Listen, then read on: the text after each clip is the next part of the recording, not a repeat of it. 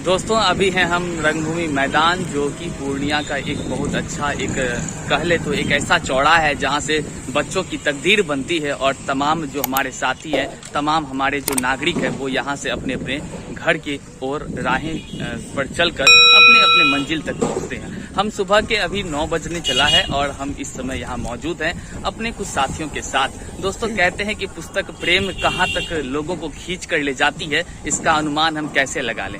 हमारे जो साथ अभी हैं, आपको हम रूबरू करा रहे हैं, देवदीप प्रज्वलित हैं, जो अररिया बिहार के रहने वाले हैं। हालांकि ये अभी पटना से चलकर पहुंचे हैं। पटना वही पटना जहां पर अभी तमाम शिक्षक अभ्यर्थी लगातार आंदोलन कर रहे हैं और अपनी पीड़ा सरकार तक पहुंचाने की कोशिश कर रहे हैं, परंतु सरकार का बेपरवाही और शर्म इतनी भी उनके पास नहीं है बची है एक योग्य शिक्षक अभ्यर्थियों के लिए अपनी विज्ञप्ति जारी करे। बहरहाल हम इस पर बात नहीं करेंगे और हमारे बीच जो देवदीप प्रज्वलित जी आए हैं वो क्यों आए हैं इन्हीं से जानते हैं। और इन्होंने लगातार मुझे कई बार फोन कहा कि सर आप साहित्य आजकल की काव्य संग्रह पुस्तक हमें दे दीजिए। दोस्तों इसलिए मैंने कहा कि यदि कोई व्यक्ति पुस्तकों से लगाव रखता है तो कहीं ना कहीं उनके अंदर सृजनात्मक की भावना हो जागृत रहती है और कहीं ना कहीं वे सृजनशील होते हैं। ये भी देखा गया है कि जब तक आप पुस्तकों से लगाव नहीं रखेंगे, पढ़ेंगे नहीं, तब तक लिखेंगे कैसे। और लिखने के लिए आपके अंदर सृजनशीलता होनी चाहिए, आपके अंदर भावनात्मक और क्रियात्मक की क्षमता में वृद्धि होनी चाहिए और वो तभी होती है जब हम पुस्तकों से रूबरू होते हैं। तो देवदीप प्रज्वलित जी आप जो चल कर आए हैं, ये आप दिखा दीजिए पहले अपने तमाम साथियों को कि कौन सी ये पुस्तक है। हम लोगों को सुबह का सुप्रभात। बिल्कुल बिल्कुल। मैं देवदीप प्रज्वलित अररिया बिहार से। मैं आज हरे कृष्ण प्रकाश सर बताए कि बुक लेने के लिए आए हैं इनसे। बिल्कुल हाँ। दोस्तों लगातार ये चाह रहे थे सर आप हमको कुछ बुक दे दीजिए, लेकिन तो क्या कहें, ये अमेजन वालों का कुछ खेल ही नहीं डाला है। इन्होंने कहा था सर शायद आजकल की 5 पुस्तकें हमको चाहिए और हमने ऑर्डर किया और अमेजन वाला कहता है कि सर हम 15 अगस्त के बाद पहुंचाएंगे। पता नहीं वो स्वतंत्रता दिवस खूब जमकर मनाने वाला है ऑफर के साथ। तो इन मेरे पास जो उपलब्ध थी पुस्तक, हम सोचे कि इनको दे देते हैं, ये अररिया वापस लौटेंगे। तो यही है इनका पुस्तक प्रेम। तो देवदीप जी कुछ इस पुस्तक के विषय में आप बताइए, आखिर क्यों खरीदना चाहते थे। लीजिए।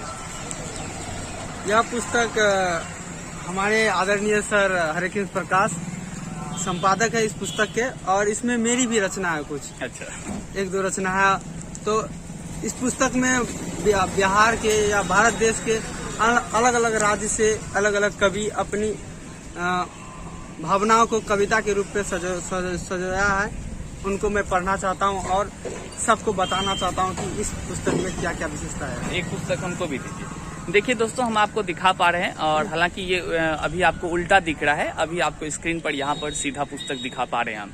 आप देख सकते हैं कि साहित्य आजकल की काव्य संग्रह जो है कि अमेजन, फ्लिपकार्ट या कहीं भी आप ऑनलाइन सोशल साइट्स पर आप इसको आसानी से खरीद सकते हैं। खरीदने के लिए कुछ ज्यादा करना नहीं होगा, सिर्फ आप साहित्य आजकल लिखते ही आप सर्च करेंगे तो यदि आप गूगल पर सर्च करेंगे तो ऑटोमेटिक आपको हर प्लेटफॉर्म पर ये पहुंचा देगा और आप आसानी से खरीद सकते हैं। जब तक आप खरीदेंगे नहीं तो पढ़ेंगे कैसे। जहां तक हमारे संपर्क में लोग हैं हम उनको दे पाते हैं। दोस्तों हम इस पुस्तक के विषय में अगर आपको जानकारी देते तो साहित्य आजकल के तमाम जितने भी साहित्य आजकल यूट्यूब चैनल हो या वेबसाइट हो, ये तमाम जितने भी हमारे साहित्यिक लोग हमसे जुड़े हुए हैं, उन लोगों में से देश के अलग अलग राज्यों के अलग अलग क्षेत्रों से जितने भी साहित्यकार हैं उन्होंने अपनी रचना इस पुस्तक में दिया है। की ही रचना के माध्यम से यह पुस्तकों को हमने बाकायदा तैयार करवाने की कोशिश किया है और उसी के निमित्त साहित्य आजकल साझा काव्य संग्रह बनकर तैयार हो चुकी है।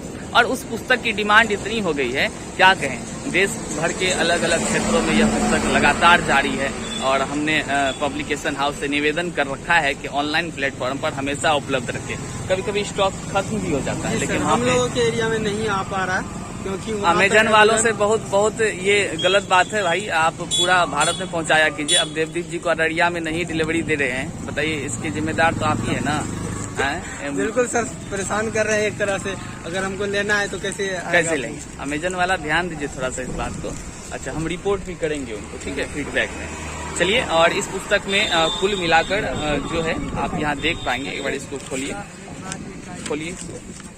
इसको खोलिए, ये आप देख सकते हैं। तो इस तरह का बहुत ही सुंदर और लाजवाब काव्य संग्रह हम लोगों ने मिलकर तैयार किया है। बहुत बड़ी उपलब्धि है चलिए आज के वीडियो को यहीं पे समाप्त करने से पहले एक और बात जान लेते हैं। देवदीप जी, यहाँ पर आकर आपको कैसा लगा और यहाँ से कहाँ जाने वाले हैं आप? सर बहुत अच्छा लगा, पहली बात तो आपसे मुलाकात हुई और अब यहाँ से सर सीधे घर ही निकलेंगे क्योंकि लगभग 4 दिन से घर से बाहर ही हैं। पूछ लेते हैं, जो पटना गए थे वहाँ का आबो हवा इनको कैसी लगी? वहाँ तो सिर्फ देख रहे थे सर कि माहौल कैसा है और सबका माइंड में टेंशन ही टेंशन। कोई घर से कुछ कर्ज लेके रुपया लेके आए हुए हैं, किसी से पैसा लेके आए हुए हैं, इस तरह से। हमारे साथ पीछे कुछ युवा साथी हैं और कहते हैं कि युवा ही देश के भावी पीढ़ी के निर्माता होते हैं। जब इनके हाथों में अगर पुस्तक दिख जाए तो कहीं ना कहीं ये प्रतीत होती है कि इनका भी लगाव पुस्तकों से है। और हम दोस्तों जानना चाहेंगे आपसे, आपका नाम क्या है? मोहम्मद दिलकश आलम। मोहम्मद दिलकश आलम जी हैं। आप पढ़ाई करते हैं? अच्छा, कौन सा सब्जेक्ट का पढ़ाई करते हैं? साइंस लेके पढ़ते हैं। साइंस में मैथ्स है या बायो है आप? बहुत अच्छा, आप पढ़िए, अच्छा करेंगे और आने वाले दिनों में आपकी परीक्षा होगी ना। और परीक्षा का पैटर्न तो आप सब समझ ही रहे हैं। आजकल का कभी कभी तो सरकार का मनोभाव हो जाता है कि परीक्षा में रिजल्ट देना है थोक के भाव में, और कभी कभी ऐसा कर देना है कि हमारे बच्चे का तकदीर ही बिगड़ जाए। तो खैर आप लोग अच्छे से पढ़िए। कहते हैं पढ़ने वाले ही कुछ ना कुछ करते हैं और नित जग में इतिहास रचते हैं। हमारे बीच एक और भाई हैं, आपका क्या नाम भैया? युवराज कुमार। युवराज कुमार है। अच्छा, आप कोनो बम बम नहीं लगा कर रखते हैं कान वान में? नहीं। अच्छा, आप क्या करते हैं? ये 12th में इस बार। क्या है आपके हाथ में, आप दिखा दें एक बार? ये बुक है। पुस्तक है। इनके मनोभाव में ये उत्पन्न हुई कि जान लेते हैं कि सर ये पुस्तक है किस प्रकार की। आप हमारे बीच हैं, आपका क्या नाम है भाई साहब? रोहन जी। आप भी पढ़ते हैं? कौन सी क्लास में? 12th में। और आप भाई साहब? मिथिलेश जी। कहाँ के रहने वाले हैं आप? रानीगंज अररिया से हैं। आप हमारे पूर्णिया में हैं। स्वागत है भाई साहब आपका। कोई दिक्कत तो यहाँ नहीं ना? यहाँ की आबो हवाएं बदलती रहती है, मतलब कहने का है कि यहाँ का माहौल बदलता रहता है। थोड़ा सा सतर्क रहिएगा, ठीक है? कहीं कोई दिक्कत नहीं ना लगा है? दिक्कत नहीं है, पढ़ाई करते हैं। ठीक है, पढ़ाई करते हैं। 12th class. आप सभी मित्र हैं? अच्छा, मैथ्स पढ़ते हैं? कहाँ पढ़ते हैं मैथ्स?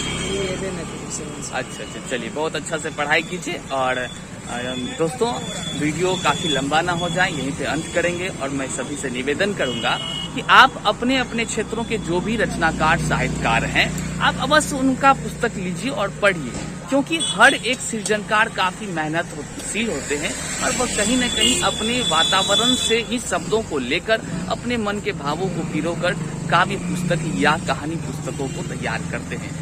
चलिए, आप अभी तक देख रहे थे साहित्य आजकल। अगर आप चैनल पर नए हैं तो अवश्य सब्सक्राइब कर लीजिएगा, बेल आइकन प्रेस कर लीजिएगा। यदि आप रचना प्रकाशित करना चाहते हैं तो यहाँ डिस्प्ले पर फ्लैश हो रहा 75 62 026 066 पर व्हाट्सएप पर आसानी से संपर्क करेंगे। निःशुल्क आपकी रचना प्रकाशित होगी। आज के सफर को यहीं पे करते हैं अंत। तब तक के लिए जय हिंद।